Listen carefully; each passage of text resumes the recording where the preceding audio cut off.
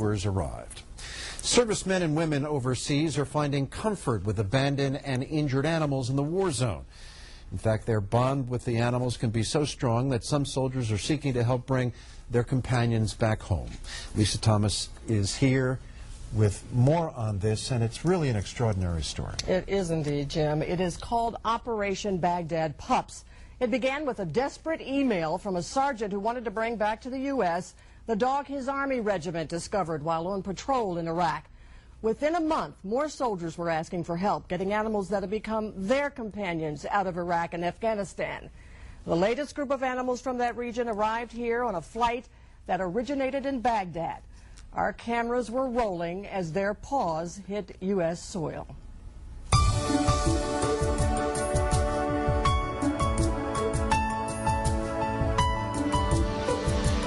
We are lucky we got her out when we did. It is 7 a.m. at Dulles International Airport outside Washington. We've been waiting an hour as the special passengers on the flight from Kuwait go through customs. Pam, we cannot reveal her full name for security reasons, is so excited she says it feels like she's anticipating a family member. It does. I'm just really elated that she's here. And finally, she arrives. Hey, precious. Oh, isn't she gorgeous? Her name is Hope.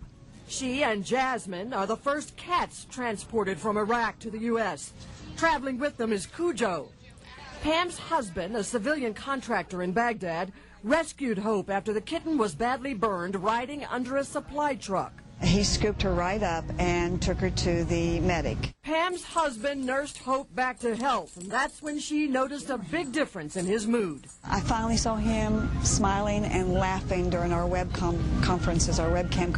The first thing he said was, I have a cat, I have a kitty. She's the best company I have right now. Pam's husband didn't want to leave Hope behind when he returns home to Fredericksburg, Virginia next week. So Pam contacted SPCA International and Terry Crisp, who says the logistics of transporting an animal from the war zone back to the U.S. is complicated. We are very much dependent on TMG, which is a security company that we hire in Baghdad, and they're actually the ones that go out and pick up the animals. I fly over on an airline called Griffin Airlines and pick them up at the airport and bring them back. Before any animals leave Iraq, they must be vaccinated for at least 30 days, which can be difficult as there aren't many veterinarians in Iraq.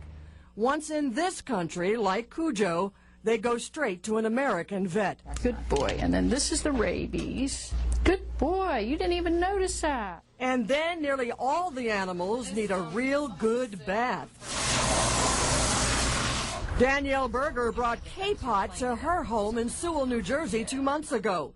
Her brother, a U.S. Army medic in Iraq, adopted him as a small puppy.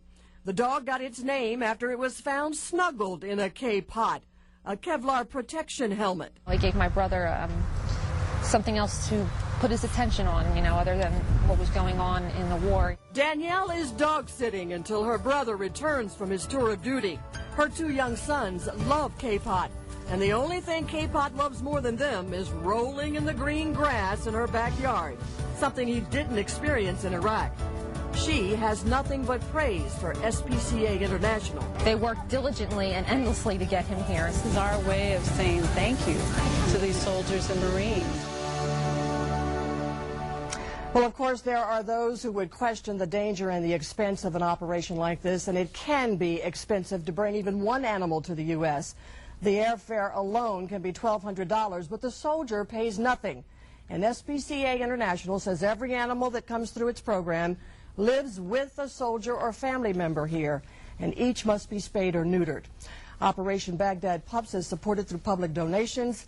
If you would like to help, go to our website, 6ABC. Also, you'll find more pictures of the animals that have found homes here in the U.S.